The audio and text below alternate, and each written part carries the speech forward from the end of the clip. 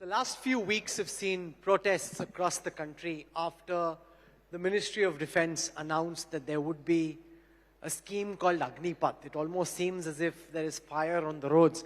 And to talk about the current situation, the reasons behind this scheme being brought in, and how this could impact the combat readiness of the Indian Armed Forces, we are joined at the India Today East Conclave by the Eastern Army Commander, Lieutenant General Rana Pratap Kalita, a man who understands the lay of the land here, particularly in the East and elsewhere. And we'll talk to him about the scheme in great detail. General Kalita, welcome, and it's great to have you with us at the India Today Conclave East. We're literally in your backyard, so it's fantastic being here. I want to start by asking you about the kind of protests that we saw when all of you were busy with the task of formulating the contours of the Agnipath scheme. Did you at that time anticipate that there could be an adverse reaction of this nature and protests in so many parts of the country?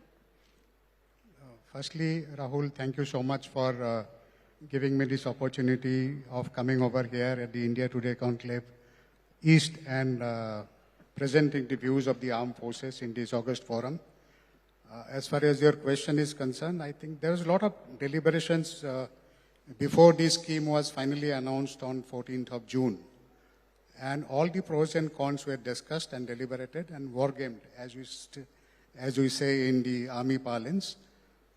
But what resulted in form of protest, some of them violent, was primarily, I would say, a law and order situation. There could be many reasons which could be ascribed to it. But primarily, I would like to say that it was because of misunderstanding or the not having a correct perspective of the scheme as such by the majority of the youth who had taken part in the protest at the initial stage.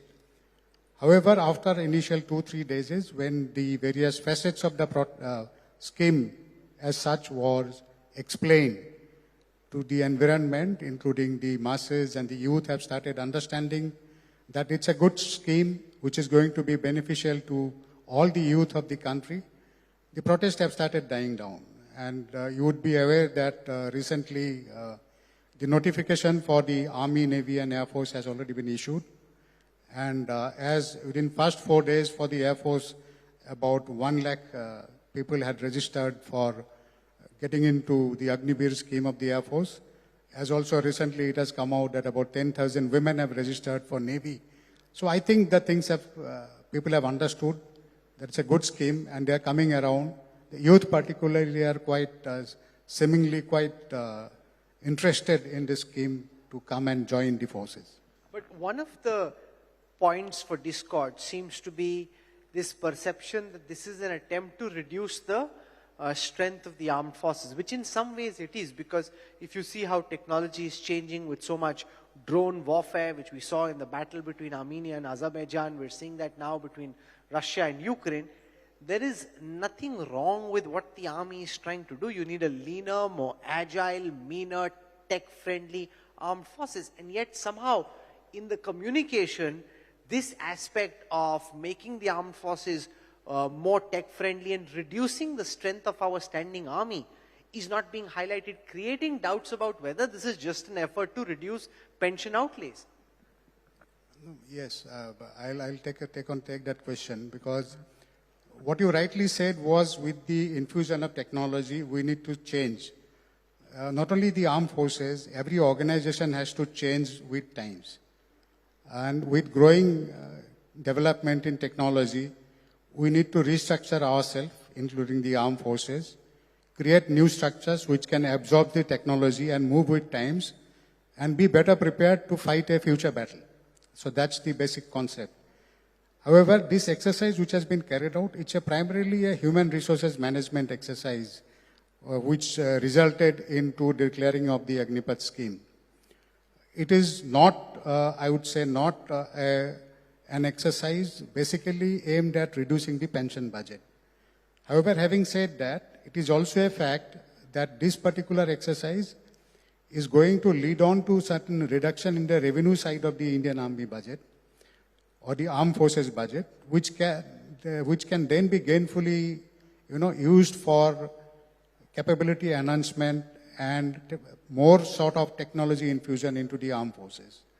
So that is what we are looking at. It's not about economics primarily. It's an HR resources management exercise. But linked to this, in several parts of the country, particularly where we saw the protests in places like Bihar and elsewhere, is the reality that there is a whole ecosystem of young personnel who train very hard for a year, sometimes two, in the hope that they will join the armed forces, in the hope that once they are in the armed forces, their future is secure. That the idea was that we take care of the country for 15 years and the country takes care of us for the rest of our lives. That pact between the armed forces and these young boys and girls seems to be broken. No, you see, that concept of joining the forces for stability in life, that has been in existence throughout. However, we need to change with time, and as you had rightly mentioned, that we need to, review the force structure with the technology development that is taking place all over the world. If you look at the scheme per se, even after 4 years of an Agniveer being in the force, he has got number of opportunities. Firstly, once he finishes his terms of engagement of 4 years, you get a disciplined, well-motivated and skilled person who is churned out back into the society. And he has got various options. When you see the package that is being given, that's called the 780 package, which gives him certain financial stability so that he can start his own entrepreneur project with that fund. He's also eligible for soft bank loans at reduced, interest rates, which he can use to pursue his entrepreneur scaling. As also, there are a lot of skills that are being given to him while in service, as also certain bridging courses which are being planned after he leaves after 4 years. Sure, so but that all of this is not certain. absorbed. There is no certainty. Like when you're in the armed forces with an assured pension after 15 years of service, you have a certain certainty of pension and savings. Here, yes, you will be given preferential treatment in the Central Armed Police Forces or the State Police Forces or even state government jobs, but there is no guarantee. So for a youngster, it feels like he's back in a queue once again. No, that's not really true. Because he is being skilled, and his options are, in case, I would look at it from a different perspective. In fact, his options for gaining employment increases manifold after having joined as an Agniveer. Thereafter, he can, after having spent 4 years, he can join any number of avenues. A lot of avenues open up for him. So I would look at it from that particular perspective. In the investigations that have been carried out by the armed forces and the police about these protests, do you think that some of this was orchestrated, that we've heard the names of coaching institutes come out? Do you think some of this was planned, or do you think it was a spontaneous outburst? I think I would not like to comment much on that, because it being a law and order situation which was, I think, handled very well by the state polices wherever these protests had taken place. Give us a sense of how the nature of the armed forces will change once the Agnipath scheme comes in. Because our current average age of the soldier in the army, for example, is in the early 30s. You want to try and bring this down to the mid-20s. How many years will it be before we're able to achieve this object? You see, initial recruitment process is starting from this year, wherein we are taking in about 40,000 Agniveers. And for first 2 years, it is 40,000, and thereafter there is an incremental increase in the number of intakes that are going to take place on year-on-year basis. So what is being planned is by about some mid-2030s, the ratio would reach to about 50% of Agniveers in the entire armed forces. At the initial stage, for first 2 years, say at the unit level, there would be about maximum of 20 to 30 Agniveers. So their assimilation and integration into the units as such will not be a very, very difficult proposition. However, as we go along, the number is going to increase to about 50%. But even then, I don't foresee any problem in their integration into functioning and retaining the operational efficiency of the armed forces. But one of the big points of criticism has been the suddenness with which the entire recruitment process was changed. And many, including former generals, have come out to say, why didn't the Army, Navy and Air Force introduce this as a pilot project initially, get people used to the idea that recruitment was changing rather than try to push this through in one instance? I believe that issue was deliberated while the scheme was being studied at different level in the Armed Forces Headquarters as well as the Ministry of Defense. And thereafter, a very, very conscious and deliberate decision was taken to announce the scheme. And because, as you are aware, that last 2 years, because of COVID, there was no recruitment which was taking place. So that time was utilized primarily to fine-tune this particular scheme, and a conscious decision was taken to announce it on 14 June so that it is applicable from that day onwards for all across.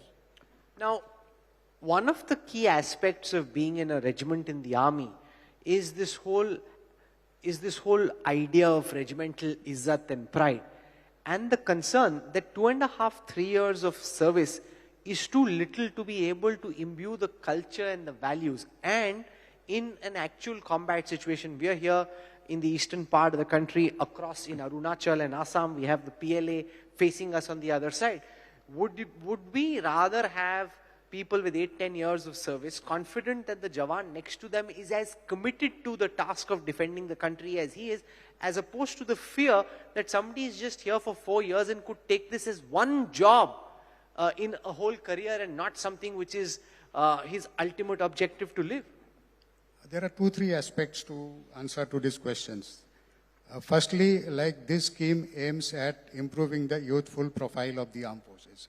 Like you had mentioned earlier, the average age being brought down from 32 to 26. However, we are also conscious of the fact that there has to be a very fine balance between the youth and the experience. So like I had mentioned earlier, the maximum number of Agniveers, that is the young soldiers that are going to be there, are to be capped at about 50%. And we have seen that, like you had mentioned about the challenges posed by the PLA across the northern borders. Across all along the northern borders, we have got very, very difficult terrain in which we have to operate. So we need very, very fit young soldiers to operate in those areas. And I feel that those fit and young soldiers led by experienced leaders would be able to pay us huge dividends. To quote a personal example, when my unit, when I was a young captain, our unit was deployed to Sri Lanka. And just before moving to Sri Lanka, my unit received a batch of 100 young soldiers. So we had gone to Sri Lanka with 100 soldiers who had just finished their recruitment.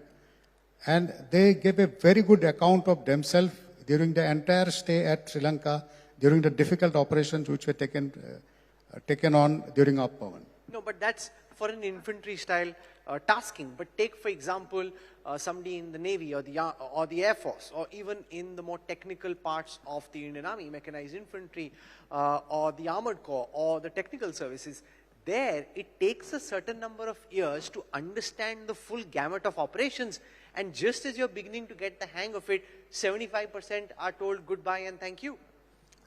Yeah, you are talking about particular technical traits. Yes, they require certain amount of training. However, to ensure that we have requisite trained people, what is being done is most of the recruitment which we are looking at are from the ITI graduates and who are already trained in those particular trades.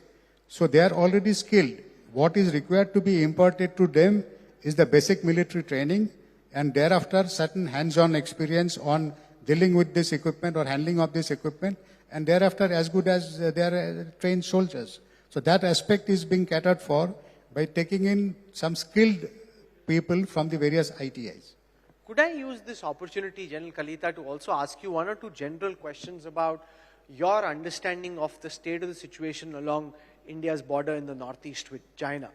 We saw in 2020, post the Galwan incident, there was a lot of tension all along from eastern Ladakh to Arunachal Pradesh. What's your general overview of how things are this summer? Yes, this year what we have seen is all along the northern borders, particularly in Eastern Theatre, the situation is quite stable. However, as you all are aware that the IB or the border along the Indo-China border is not clearly demarcated on ground, because of which there are differing perceptions about the alignment of the border. That leads to frictions at times, but however, we have got certain well-established border management mechanism. Whenever there is a friction, this border management mechanism is resorted to.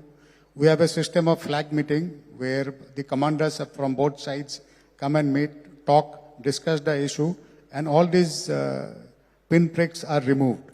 So those are being managed properly, and I would like to sum up by saying that the situation this summer is likely to be stable. That's important, that you're saying that the situation is stable, because we've seen some reports of border villages coming up, extra infrastructure being built. How much of an additional security challenge is that for you as Eastern Commander? Yes, there is an infrastructure differential between us and the Chinese as far as the Eastern Theater is concerned, because of we all understand, because of the remoteness of the areas of our responsibility that is in Sikkim and in Arunachal Pradesh. However, on the other side, Chinese have carried out focused infrastructure development, which includes construction of roads, helipads, improvements of airports, as also dual-use military infrastructure like the border villages. However, I would like to say that in last about 10-12 years, even on own side, there has been a lot of focus on development of the border infrastructure.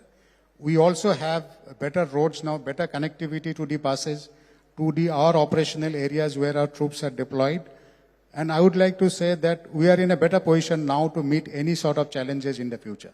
Coming back to Agnipath and the idea that has seen a lot of commentary in the context of the Russia-Ukraine war about one of the reasons that the Russian army seems to be struggling in Ukraine is the excessive use of conscripts. And the fear that if you've got people with less training, then you end up in the kind of situations that the Russian army has, where tanks are getting stuck in sludge and mud, and they're not able to achieve their battle objectives because they have an army largely made up of conscripts. How relevant a concern is that, General Kalita, in the Indian context? No, I had mentioned this earlier that we are going to have a healthy mix of youth and experience. So it's going to be around, say, 1:1, so if I put a ratio to it. And that is how it is being looked at. In any case, in case of operational requirement, in the scheme, the provision always exists to tweak the scheme with the approval of the Ministry of Defense and Finance. So whatever policy has been made, that is not cast in stone. There may be some changes in case required based on the operational requirement. And any constructive suggestions which are being received from the environment are being considered, and they are being put into place, I'm sure, to improve the scheme further. One of the things that we've seen, which is very heartening after Agnipath, is that whether it is state governments or big companies, they've come forward to say that we will hire these Agniveers once they retire from the armed forces on priority.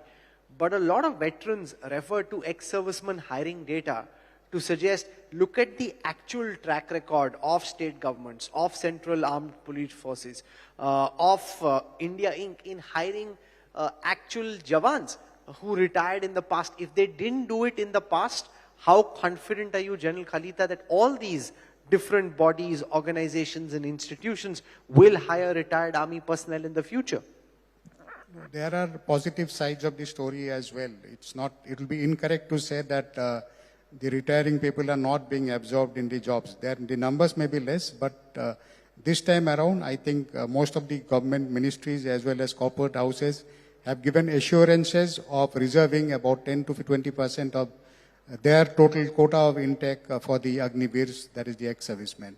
And we are confident that this should be followed through. We're out of time on this session. It's been very significant that we could have this conversation with you on the Agnipath scheme, given the amount of news this is generated, given the kind of protest that this is seen. It is important to have an armed forces which is lean, tech-enabled, and has the kind of fighting skills that global armies do. And in that sense, we're moving in the right direction with the scheme. And we thank you, General Kalita, for taking out time and joining us here at the India Today East Conclave. Thank you very much, Rahul. And wish you all the best. Can we have a warm round of applause for the Eastern Army Commander, General Kalita, please? Thank you very much. Thank you.